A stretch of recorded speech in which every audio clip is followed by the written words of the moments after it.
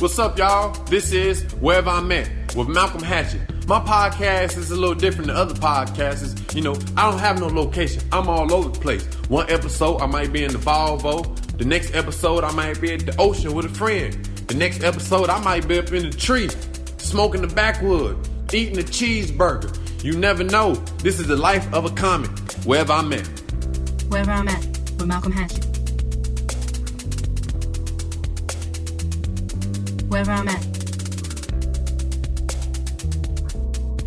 with Malcolm-Hatchett.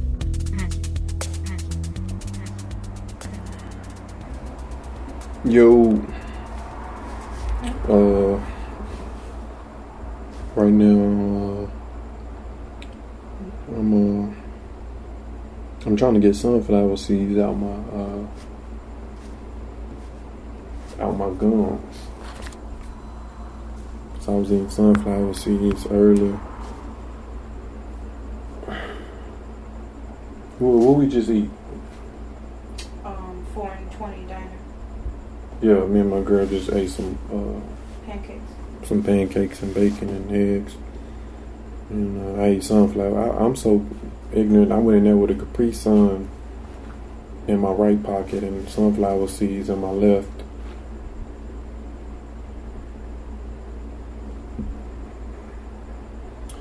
And we got water and coffee. They had good cornbread. I ain't never had cornbread other than my mama's. It ain't as good as my mama's, but you know, it's just as equivalent as a piece of cake, if you ask me.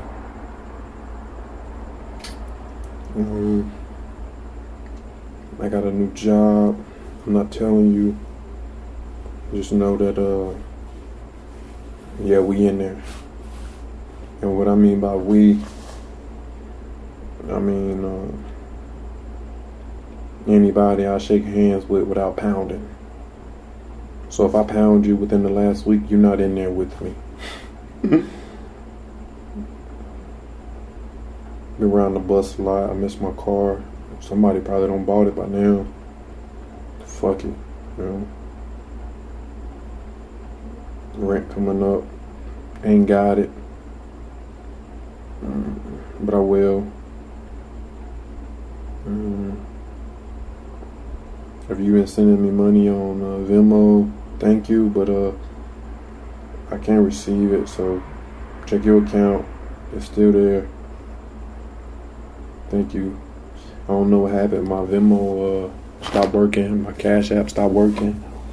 My PayPal works. Everything else, it came to an end. But we still out here.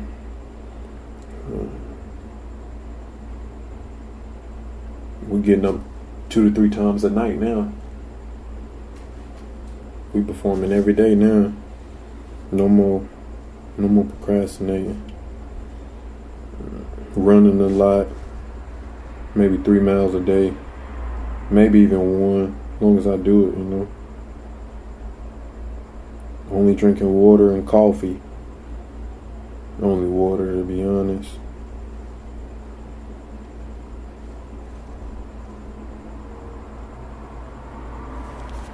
I was sitting here on my laptop watching Bill Cosby the other day, and then I checked out Dave Chappelle's new special, and man, Dave Chappelle's the greatest.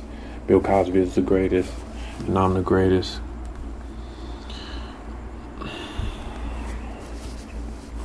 And if you fit the category, we'll say it. I'm not gonna say it for you.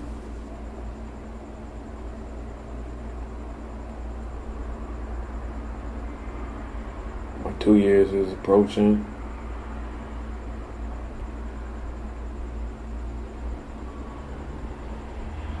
That's dope. My dad's birthday is tomorrow, August 28th. Rest in peace, Pops. Watch over the family. And I'm gonna make sure Mama ain't gotta work come wintertime.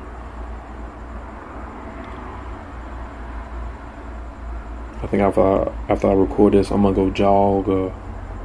I've been in my corner lately. I ain't been fooling with nobody besides my girlfriend and my mom and my family back home.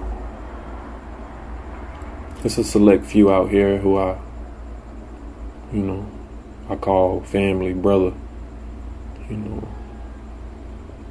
they come from where I'm from, so shit, they considered home too. And there's a handful out here who I fool with. My 2 years is approaching, so I think I'm getting back to who I am.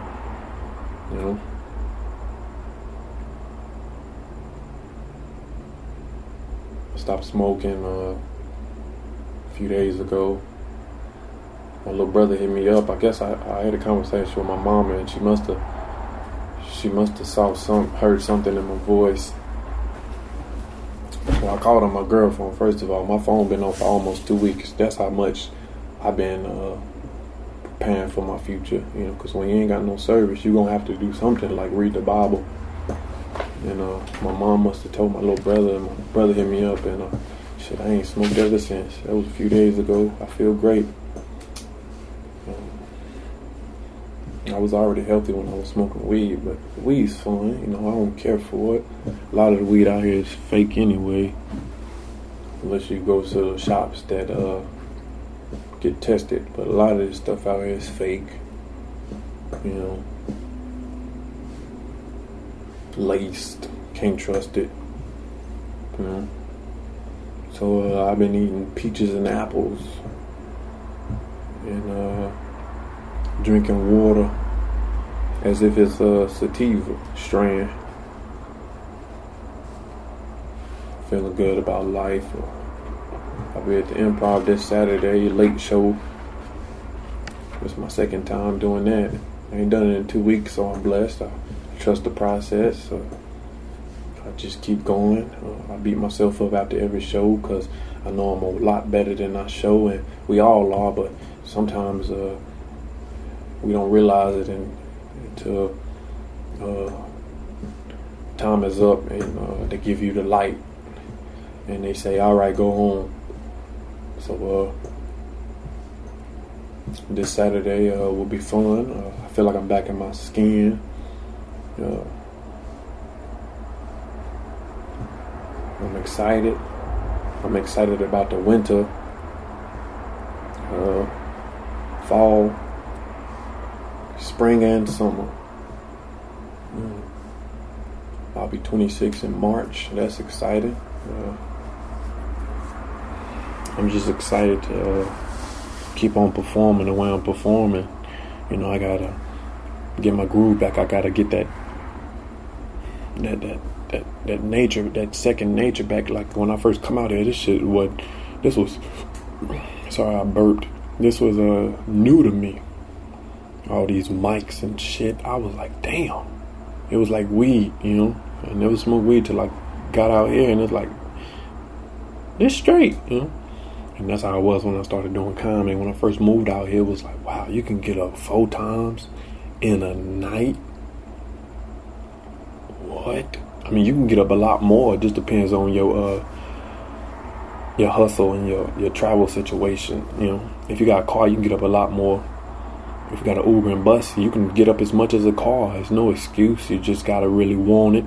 You gotta know when you get in that bucket, you're going up. And lately, I've been saying I'm going up, and I'm going up. So I'm out here writing. Me and my girl. Shit. I wish I had her confidence sometimes, because people say I look comfortable up there on the stage, but it's so much that I would like to say, and I'm not afraid to not say it. I'm just afraid that I just want to be so perfect. That's all. And she has confidence. She go up there and say anything. She get laughs, she get heckles, and she still keep going. And I get laughs and heckles, and I still keep going, but it bothers me more than it bothers her. And she been doing this shit, almost a year. It'll be a year soon. So just gotta keep going. It's tough. Gotta trust the process. Been praying a lot.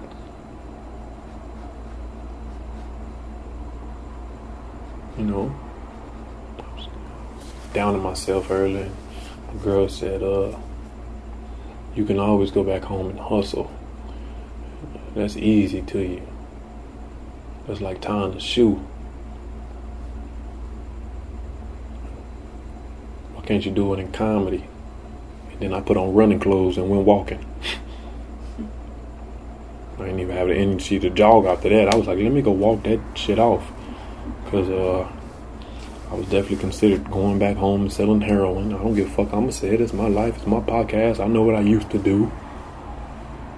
Selling weed and shit. I was finna do it. I was finna dip out. You know, I'm not finna hold nothing back. That's how I feel. That's how I feel. I say this isn't for me.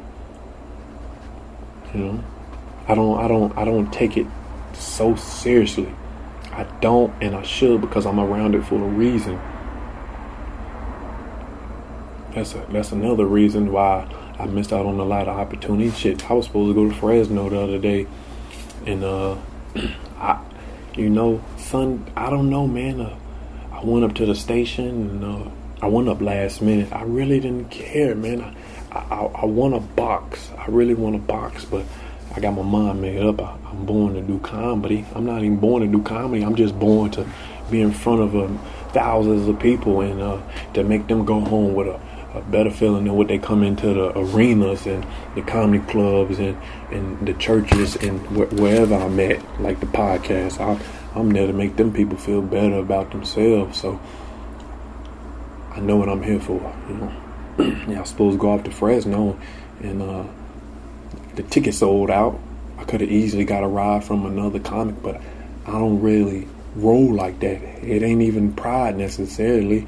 It's just the fact that if I miss it, it's my fault. I should have disciplined myself more to do it, but instead I'd rather go to boxing classes or punch trees or run 5 miles and shit, because I need to get my mental right. You know, I need to get my health right. You know, I need to get these devils off me. You know, so I missed the show. I missed out on cash that I don't have. I ain't got rent money, but, you know, shit, I done been here before.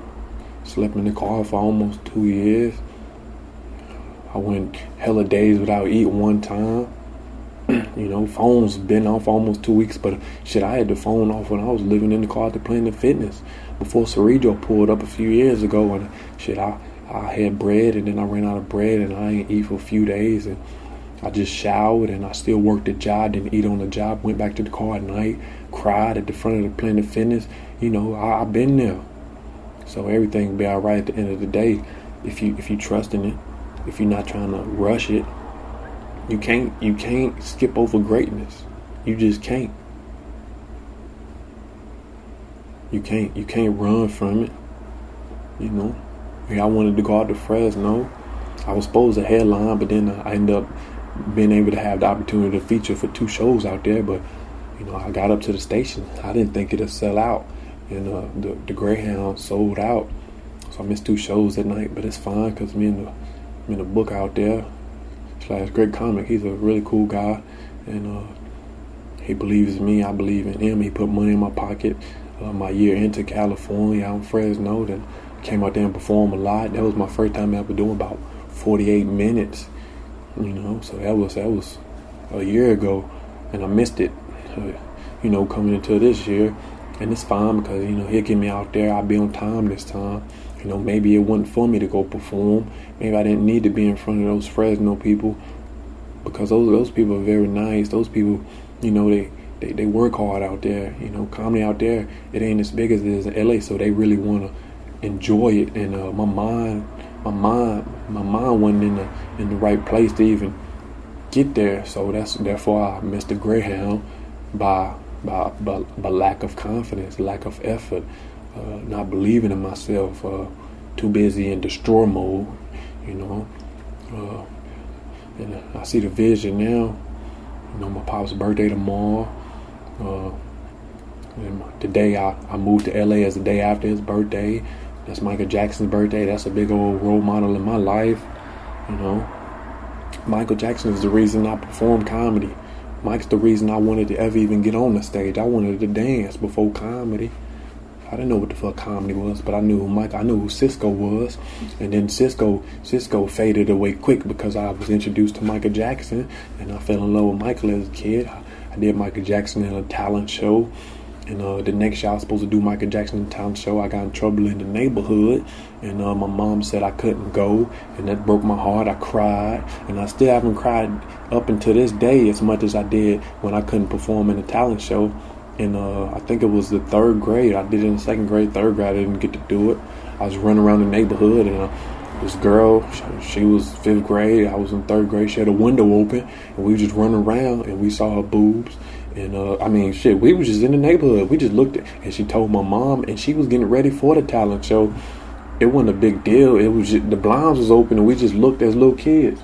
And she told my mom. Her mom told my mom, and my mom said he ain't going to the talent show. And they was like, no, we didn't. And she said, no, y'all, I'm gonna discipline him because my mom, she restricts. I just had the peanut butter and jelly sandwich.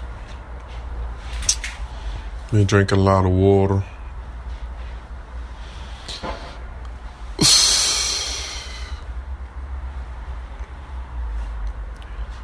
I've been eating a lot of fruit. Well, I ate 2 apples, so that's a lot of fruit for me because, I eat a lot of airheads and shit.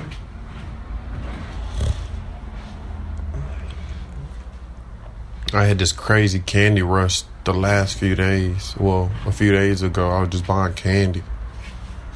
I was on Hollywood.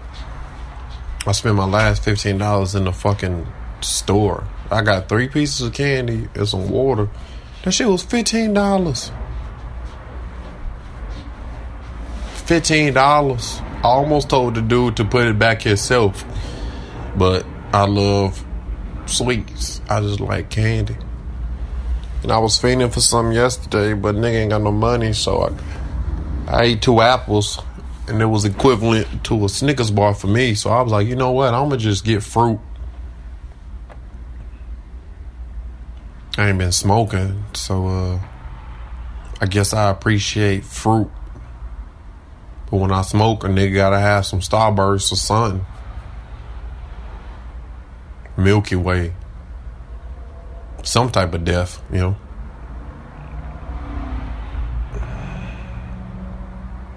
Right now, I'm in California.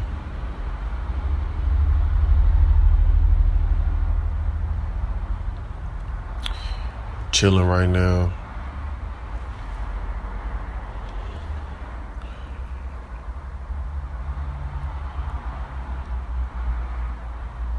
I'm excited about the future.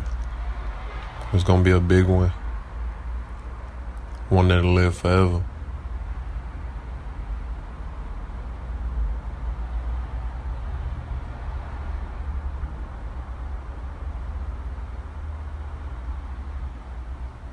If you wake up in the morning and you have no idea what you want to do with life, then you are lucky. That's good. So how about you figure it out? But if you know what you want to do with life, well, shit, you just a step closer to doing it, There's nothing to it. Nobody gets put down.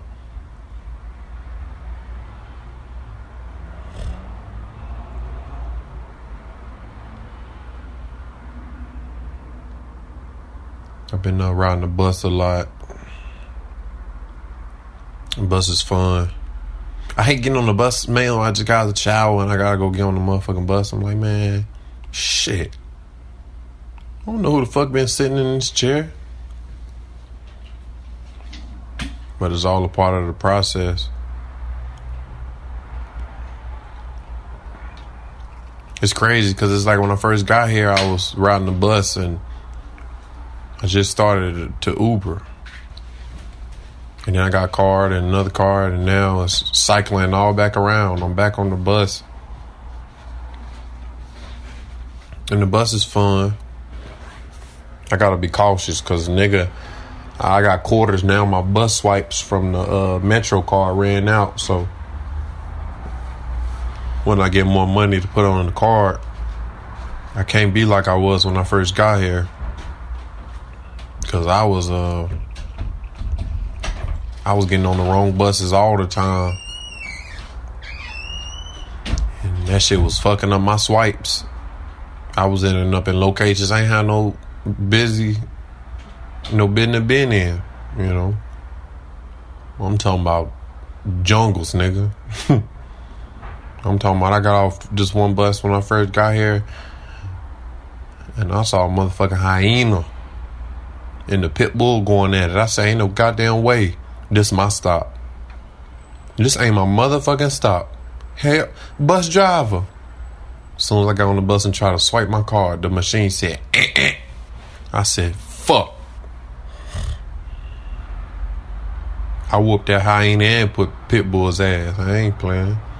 Beat the shit out of both of them. No, I'm just playing. I climbed up this ladder.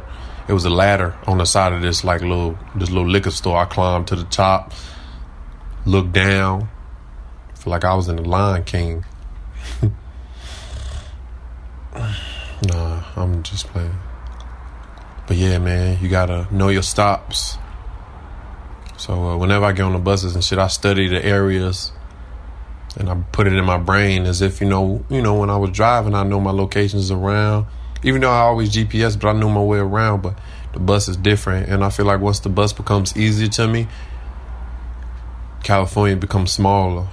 It just becomes a lot smaller. You know? Because the bus, you never know. A lot of people gonna come on there. It's you don't have your own space, so it's a lot of different energies in the air, and you have to stay focused with yourself while you're on there. You know, it gets crazy. You know, the buses is like you know, the recreation center, the public library, you know, anybody can come. You know, well, not necessarily with the bus. You gotta have cash to come to get in. You know, to come on the bus, you gotta have some type of cash. Sometimes the bus driver's cool. I know I see people get on all the time and they call it, and the bus driver say, "What you got?" And they got maybe 20 cents. Put it in there, you know, 25 cents, some shit. And, you know, that's nice. Some of them, nah, get the fuck up out of here. I remember, this I knew California was possessed. 2 years ago when I got here, I was riding the bus. I was somewhere downtown, and the bus had stopped at a stop and picked some people up and then closed the door, and then this possessed, white woman came out of nowhere, and she started hitting her head on the bus. The bus was trying to, merge back into traffic, and she was hitting her head on the bus. And then the bus had merged away, and then all of a sudden this white lady backpedals and run towards the bus and jumps at it, jumps, she's jumping at the bus like she finna get inside, like she finna be invisible and then pop up in the bus and sit down. She backpedals when the bus is driving off and runs and jumps on the bus, like smashes her face into the window of the bus, the side of the bus where they advertise and shit, seriously, and she falls, and the bus driver just keeps going. She was probably on Flocker. That could have been a great Flocker video, a great Flocker example of what that shit'll do to you, or maybe meth, but I'm sure that was Flocker. The bitch was possessed. She definitely got some demon in her if she ain't the devil herself. So, but yeah, the bus is cool. It's nice, you know.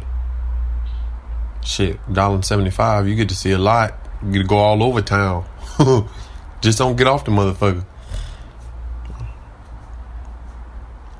And if you older, pretty much elderly, it's 75 cents, which isn't fair. It should be 75 cents to the young niggas like myself, because the elderly people should have more money.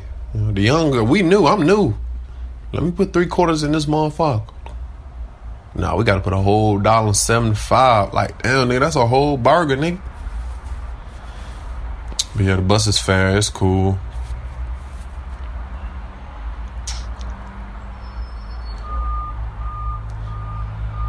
The other part of this podcast, I was recording yesterday, and I stopped at the word perfect. That's crazy. And then my task cam died. I don't know. I got a lot of recordings on there. I gotta send them over to my boy Jesse. Right now I'm recording off my phone.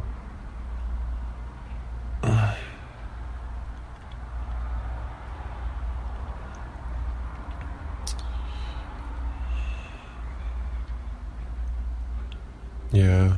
The first 15 minutes of this pod, like the first 15 and some change. After that, I went on a 2-mile jog, and I ran a lot faster than I usually would do because I don't smoke anymore. I only drink water, you know what I'm saying? And I sprint now. You know, I sprinted in school. I was a sprinter. Mr. Klinsky was my track coach. I was a great runner, and now I was coming back around, and I'm very thankful that I had the opportunity to even get introduced to track and field, because I definitely need it in life. It helps me just stay motivated and disciplined. It disciplines my soul and my body and me as a person, me as Malcolm-Hatchett, and I'm very thankful that I have the opportunity to even walk, let alone run. You know, started off crawling, and then a nigga started falling, and then I started walking, and now I'm running. And I'm not running to be in shape for anybody but myself, because I know when I feel better, which I do, I perform a whole lot better. I get better advice. I'm a lot happier, less angrier. I'm more wiser. I'm just a nice person. I'm the likable Malcolm that most people know.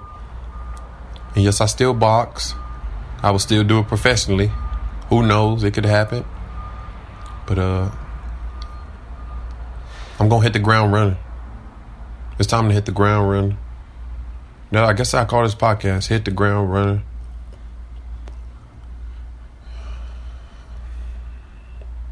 It's my pop's birthday now. Happy birthday. Long live. Wish I was home so I could hug my mom and put some flowers on the grave. But I'll be home. Pick up my niece, you know. I'll be home. I know what I gotta do for the family now. My dad, he worked hard, man. He worked really hard.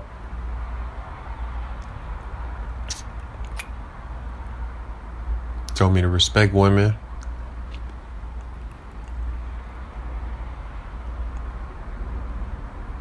He was just a hustling man, you know. Hustling man. Always had money. I'm the complete opposite. But we working on that. You know, things gonna get better. It's all a part of growing. You know, when you gonna be a billionaire someday, it's almost like shit. You gonna have to be broke for a chapter or some chapters in life, and that's just the way it is for me.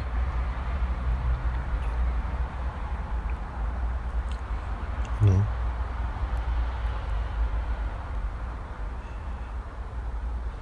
Got a lot I gotta do, and I'm gonna do it. Finna drop some more albums.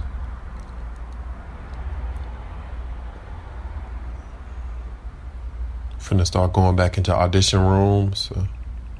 I'm landing everything I get. Even if y'all don't see me post, or if I get an audition and I ain't in that show, that don't mean I didn't land it. You know. Any script my manager send me, I'm getting it. I'm knocking it out. My mind is right now. I took a brutal beating in January. Could have lost my life. Could have lost my life in North Carolina. Could have lost my life several times.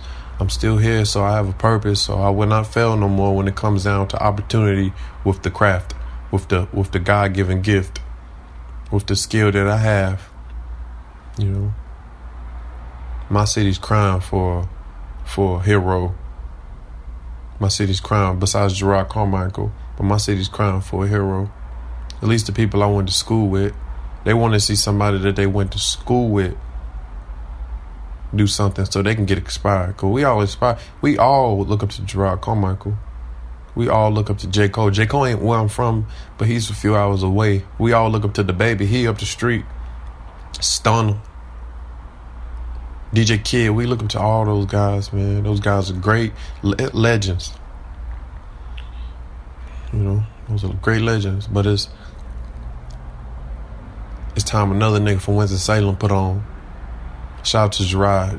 You know, he had that billboard by downtown with the Carmichael show a few years ago. And I'm telling you, I might have spoke on it. I was selling dope. I was selling anything. You hear me? Mainly weed, but I was selling some dark shit, you know. And I tried to put in material a few times, but it was too honest. It was so honest, it wasn't even funny. So I have to, you know, keep digging for gold to see if I can even make that part of my life funny, because that was some serious shit, you know. And I'd be driving, you know, getting off a dead-end job, graveyard job. And I'd be passing a billboard right over there by downtown Winston, you know, by Winston State. I'd be passing that billboard, Carmichael show, and I kept seeing it. And I knew that I went to church with Gerard. My first time hanging with him, I told him that I used to see him in church, and then I wouldn't see him. Then I see him, and I wouldn't see him. And that was when he was in the process of grinding out here. He'd be home, and then he wouldn't be home. He'd come home for the holidays. And I saw him before he probably ever even saw me or heard of me or even knew I was from the same city. And he just inspired me. He inspired me like Michael Jordan would inspire most athletes. You know? His first comedy special, Love at the Store, Genius, 8, Genius, and it just like, wow, this nigga's, he from the Trey Fold, like, damn. Like, I saw this nigga at church, like, just chilling. Like, damn, like, he from Winston. Like, this is incredible.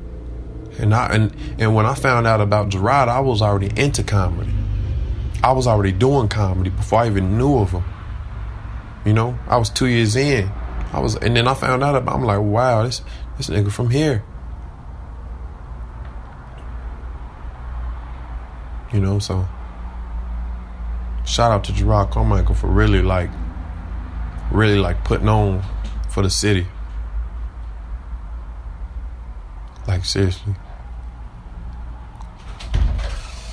A big role model.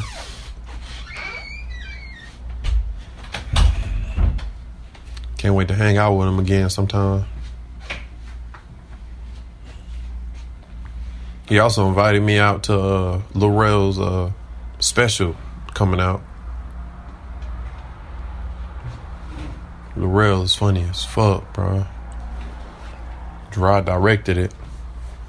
I remember I touched the goddamn HBO camera when I came in that motherfucker. I just had to touch it. I just had to put my palms on the HBO camera. I had to. And then I went to go find my seat. Saw Lorel do an hour. That's cool that they like met during the process and then they just help each other out like that. That's dope. I know I got a few friends, so I hang out with them. I do the same for them.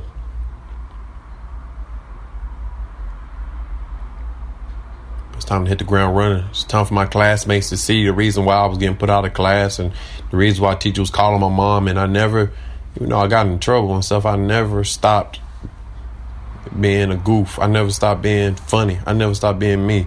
Even though I'm mad, and when I get mad, I'm funnier. I just never stopped. And my classmates, I know they're waiting. Classmates, I went to Mount Tabor High School, Forsyth Tech Community College, and Thomas Jefferson Middle School, Speece Elementary, and North Hills, Parkland Mustangs.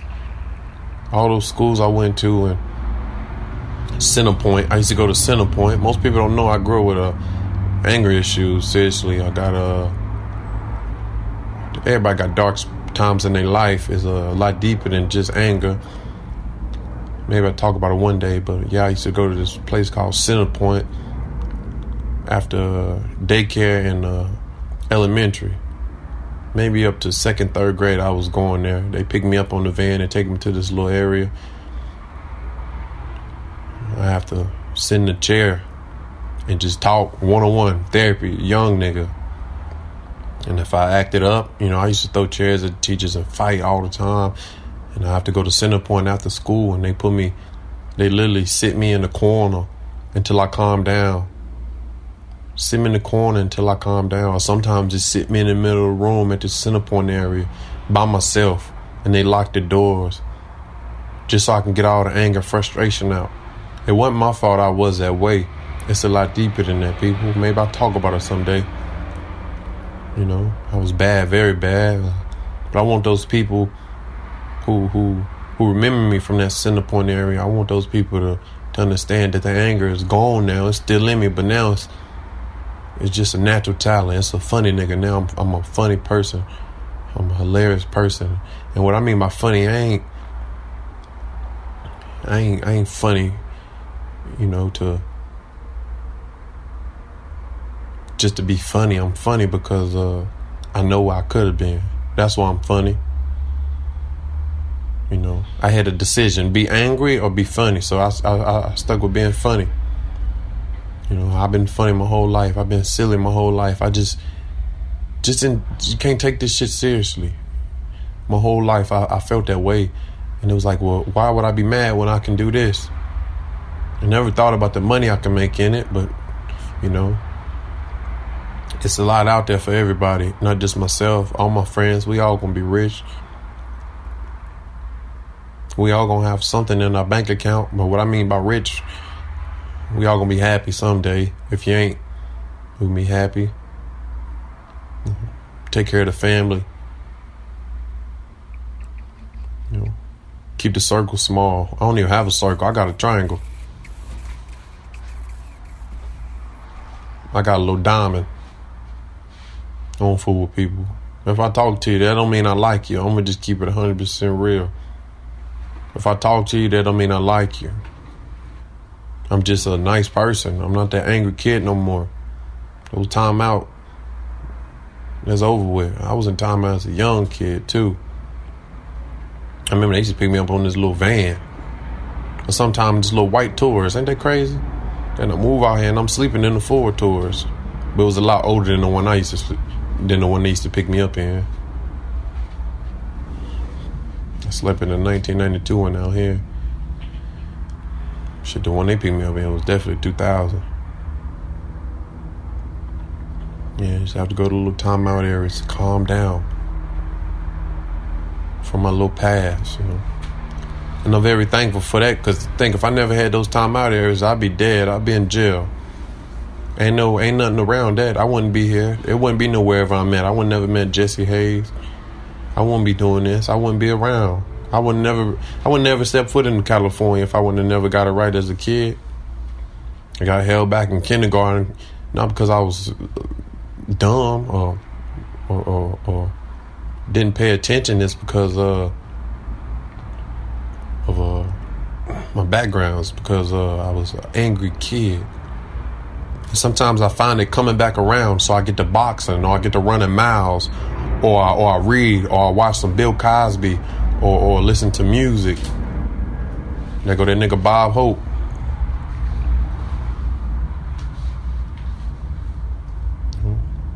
Or I call my mom. I drink water. Be water, my friend. That's what Bruce Lee said.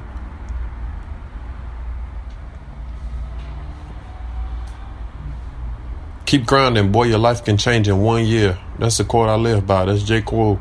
J. Cole said it.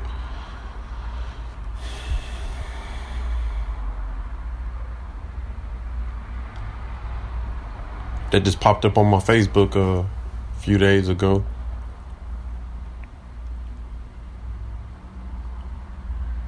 I'm pretty sure I posted it 2 years ago when I was getting on that Greyhound. And then it popped up 2 years later. And my life did change in 1 year. And then I got lazy, And what I mean I got lazy, I just didn't give a fuck. I still don't. I enjoy comedy. I enjoy doing it. I just don't enjoy. I don't enjoy the attention and the people around it.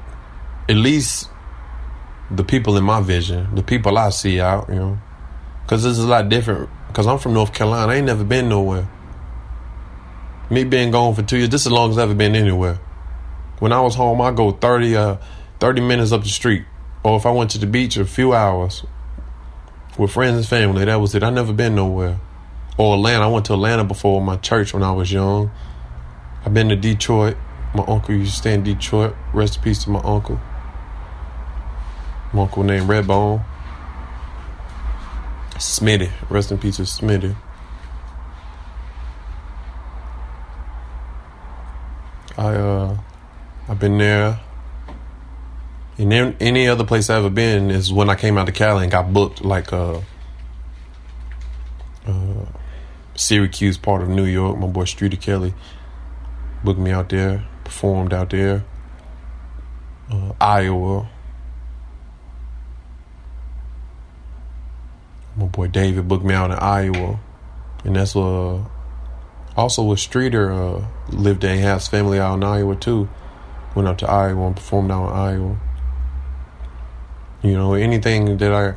Any place I've ever been, it was through comedy, being in Cali. Other than that, I was just back home, going up the street and shit. I've never been nowhere. So it's a lot different, because when people approach out here, it's a lot different than being back home. Back home it's love, it's genuine, it's real. It's, out here is, hey, let me get your knee, let me get your foot, let me get your soul. Like, nigga, back up. I don't know. Out here in California, people only talk to you just so they can get a little confidence. I tell you that. I ain't lying. People only conversate with you out here so they can feel good, so they can have some type of what is it? Some type of closure.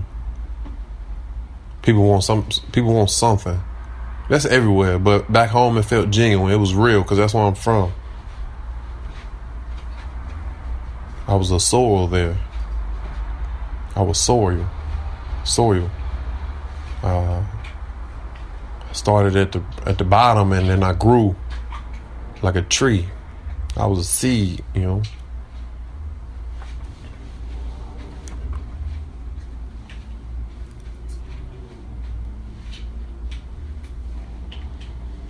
I'm very thankful.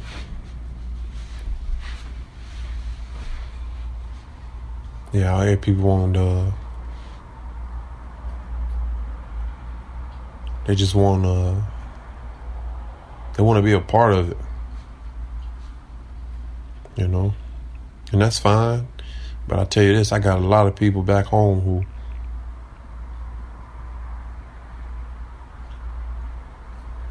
were part of all of this, because shit, I wouldn't be doing it if it weren't for them. All my friends that passed away since I've been out in California. That's another reason why I slowed down, because it's almost like I started because of those people. Those were the real comedians. Those were the real fools. Those were the real people. Those were the people. The people who passed away since I've been out in California. 9 out of 10, the reason why I even thought I was good enough to do comedy. If I can make them laugh, anybody in the world can tickle when they see me. I can make them laugh easily. Because the people who I hung with back home, who ain't living no more, or who in the system, or who living wrong, who I don't hear from no more, because you don't know where they at. It's like, damn. It's like once I lost them, I lost it all. But I also gained it all, because it's like, maybe they come back around later on in life. I still see signs from my angels who ain't here no more. But it's like once all my friends and family, disappeared from just life and living and breathing, it's like, damn. Do I still want to do it? Do I still have it in me? Because when I first come out here, everybody was good. And just a few weeks out, everybody started, getting in trouble or passing away or dying. Sleeping in the car, getting up in the morning, driving far, driving to Lompoc, California and stuff, friends dying as I'm driving, waking up in the car to Planet Fitness, getting on Facebook, another death, another drive-by, another girls and guys getting where I'm from. That happens every day, everywhere, but do you know the people? Because I know these motherfuckers. I know them. These were the real comedians. These were the kings of comedy, queens of comedy, kings of hip hop, the queens of R&B. I'm telling you, and it's like, damn, that was the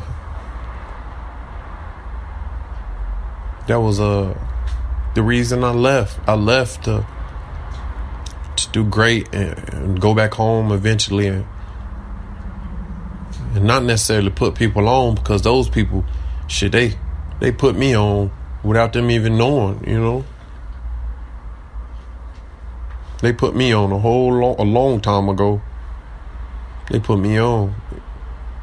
Even though they never come to my shows. Some of them never come to my shows because they were so deep in the streets, couldn't be out in public. And I understood it. But at the same time, I wasn't even good enough for them to even see me. I'm a lot funnier on the streets than I am on the stage. And it's like, now it's like they ain't even here no more. But I enjoyed just being around those homies and friends and family members more than I did comedy. And now they ain't here no more. It's like, fuck, I gotta keep going, because they mama's still here, they kids here, they family here, so shit, I gotta do something. It's time to boss up. Ain't no secret to it. I go out all the time, people DMing me, people trying to interview and stuff all the time. Write essays on me. I see all the messages. They want to know how I was being in the car and what the secrets was, and there ain't no secret to this shit. You just gotta keep going. You can't miss a day. You can't. You just can't. You miss a day, you gonna get cold. You miss another day, you gonna get colder. You miss another day, you're gonna be frostbite. Then you're gonna have to warm. You can't. Ain't no secrets to it. Ain't no shortcuts in it. You can't skip greatness. I don't give a fuck who you is, what you got, who you know. You can't. Because at the end of the day, the world is a lot stronger than we are. The outside, the nature is a lot stronger than we are. And the only reason the world and the outdoors is a lot stronger than we are, because it don't miss a day. The tree is always standing up. The sky always there. The sun, the moon is always there. Trees might fall, but there's other trees still standing up. The grass is always out. Even if the grass is not green in the yard in certain spots, it's still there, But are you? You can't miss no days. The car's always parked out. They always giving tickets and taking car. They not missing it. They not. That's what they do. The birds always out flying and chirping. The squirrels always climbing. They not missing a day. What you doing? What you doing? You missing days? You complaining? You stressing, huh? You don't think you got what it takes? You can't ask me if I don't know you. I don't know. People, man, I want to just do it. That's it. Do it and you'll know from there. Do it and you'll know from there.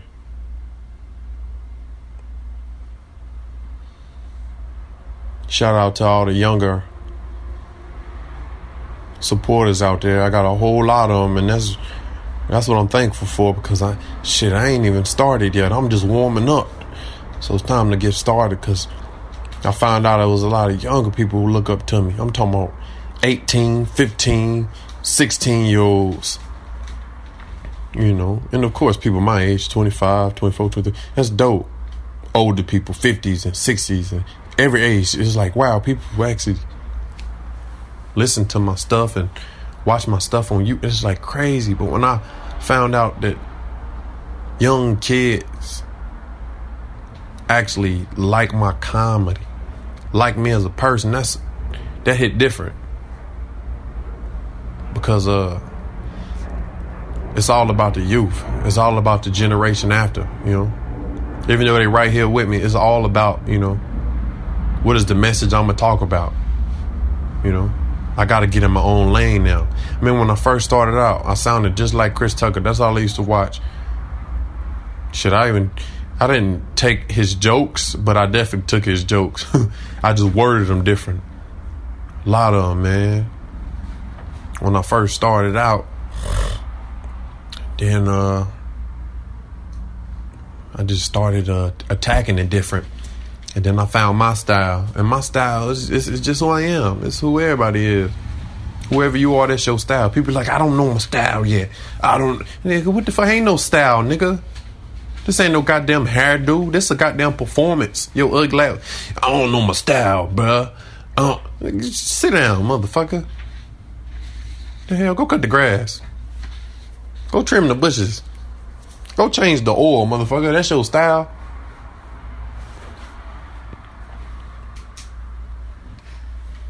I don't know my style, bruh. Should I iron my pants or should I wear them wrinkled? Motherfucker, it don't matter. Ain't nobody looking at them ugly ass jeans, boy. Your stupid ass on the stage. You know? I tell everybody to do comedy. I remember I told somebody to do comedy and somebody was like, don't tell no more comics to do comedy. Or don't tell no more people to do comedy. I was like, shit, I don't give a fuck. That's like a nigga telling me to vote. If they gonna tell me to vote, I'm gonna be like, you do comedy. Ain't no such thing as first place. You know? At least not for me. When you the greatest, you just the greatest. Ain't no number. People be afraid they gonna get put back in line or some shit. This ain't no school. You're not finna get held back unless you held yourself back. You free. You do your own assignments now. You turn in your own essays. And I might not be making sense, but if you listen to it a few times, you understand where I'm coming from. Just do it. You wear Nikes all people wear Nikes every day, but still don't do shit.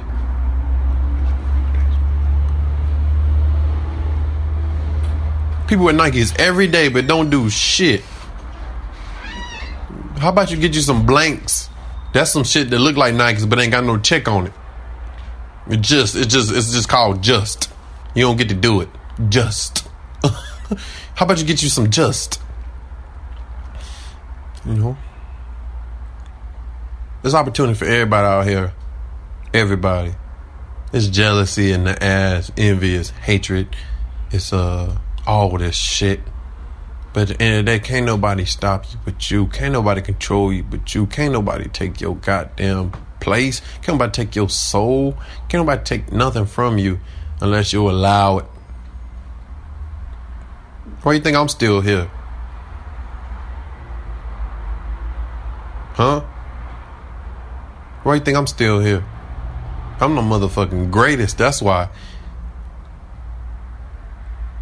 I'm just the greatest. I'm the greatest. You know?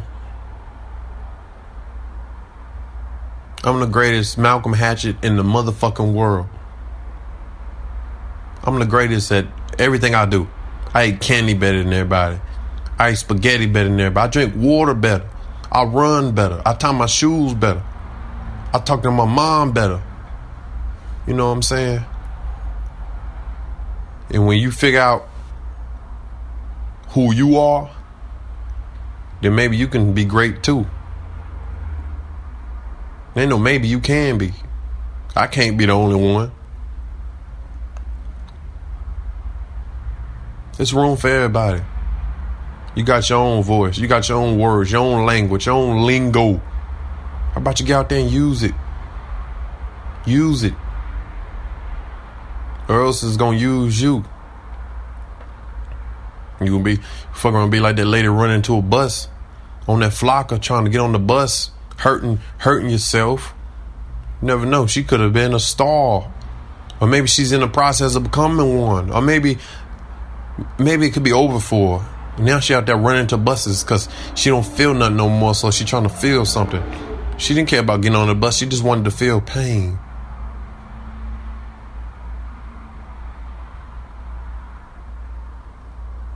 I ain't gonna say it again. Trust the process. Hit the ground running. Don't look back. It's behind you for a reason. It's behind you for a reason.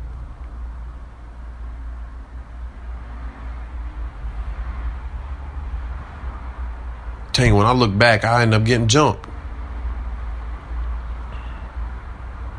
I look back, then I end up falling. I got back up. I jumped in some bushes. They caught up with me later on, stole my jaw.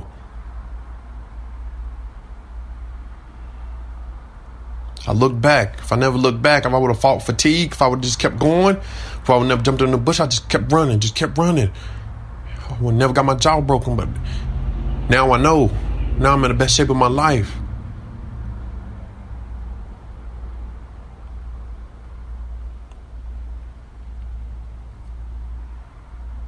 I'm running to feel better. I'm running to make my family feel better. I'm running to make the people around me who I love and trust and believe and I'm running to make the people who don't like me feel better. I'm running to not even notice those motherfuckers. I'm running because I can, goddammit. Because track was the first thing I've ever done. I ran track in 7th grade. Didn't play no Pop Warner. My pops passed when I was in 5th grade. I was 11. No, mama wasn't gonna sit in no field, so I had to wait till I got to high school to play football.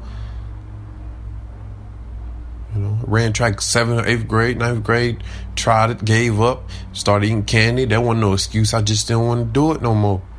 I fell in love with basketball and football, and I was too silly. You know, I was a great track runner. I remember middle school, we had Clint scales. In high school, I forgot the track coach. That's how quick I was in and out. There was a white guy and there was a black guy. The black guy was dreadlocks. He looked just like Bob Marley. The white guy, I forgot his name, but he was cool. He was an asshole. He also was a teacher, but I remember the black guy, he looked just like Bob Marley, had long dreads. I remember him. Now I'm thinking on, he definitely smoked weed because he looked just like Bob Marley. But I remember as a freshman, ran maybe it was the 400 as a freshman. And I didn't run the 400 in middle school. I ran the relays and the 200 and 4x1, 4x2. In high school, my first track meet, I ran the 400 and I was very fast. I don't remember the time. I don't remember it was definitely less than a minute. One lap around. I remember that and my legs cramped up. I never ran that fast and I never been that determined to finish something so quickly. And when I got to the end, it's like I could have collapsed and my legs locked up and he said, walk it off. And it don't happen no more. Because I drink water. I know how to do it now. At that time, I was so new at it. You know, I only been doing it for a few years in middle school and brand new at it in high school. High school was a lot tougher and more driven than it was in middle school. And I just remember I didn't want it no more. I didn't want it. And my house is so close to my high school, you can hear the football games, you can hear the track going on in my backyard. And I remember it was like regionals? I don't know. It was like a big old competition for all the, maybe it was the freshmen and sophomores. I don't know. It was something. It was a big old tournament going on at Mount Temple High School. All the schools come, and I qualified for it. But I didn't show up. And my friend Brandon Worthy, he replaced my race. He was already in it, but I think he had to run 200 or 400 for me. I think he placed. He was fast as fuck, really fast. He was a great athlete. He was my brother, my neighbor. worked at McDonald's together. Shout out to Brendan Worthy. But I remember he was in 10th, I was in 9th grade. I remember I didn't show up, and I saw the article in the paper. And I was like, damn, I'm supposed to be on this paper too. I was supposed to be on this paper. I think Brandon might have had extra races that day, and he had ran my race and he placed, and I saw it in the paper. And that was dope. That was dope. My brother had my back and didn't even know it. Probably don't know it to this day, but I remember seeing it. Still had my name down in the paper. It was Malcolm-Hatchett, ran this in the 200. But it was him. Brandon definitely placed it. That was him who ran the race. I didn't run it. He's a lot faster than me. And he placed it. I remember. I was back there dribbling that basketball. Beat up basketball at the time. A freshman. Didn't know where I was going in life. Still don't know. But I have an idea. You know. Hit the ground running. I ain't got shit to lose. Thanks for listening to this week's episode of Wherever I'm At with Malcolm-Hatchett. Like, subscribe, share, tell everybody, tell your cousin you don't like, tell your baby mama. Wherever I'm At with Malcolm-Hatchett. Tell the dude down the street who keep calling the police on you because you fresher than him. Go down the street and tell him to listen to Wherever I'm At. Wherever I'm At. Follow my YouTube page at Malcolm-Hatchett. Follow my Instagram page at MalcolmH12. Follow my Twitter page at Malcolm-Hatchett. And show love to my Patreon page at Malc12. MALC12. Wherever I'm At with Malcolm-Hatchett. This is The Life of a Comic. Wherever I'm At with Malcolm-Hatchett.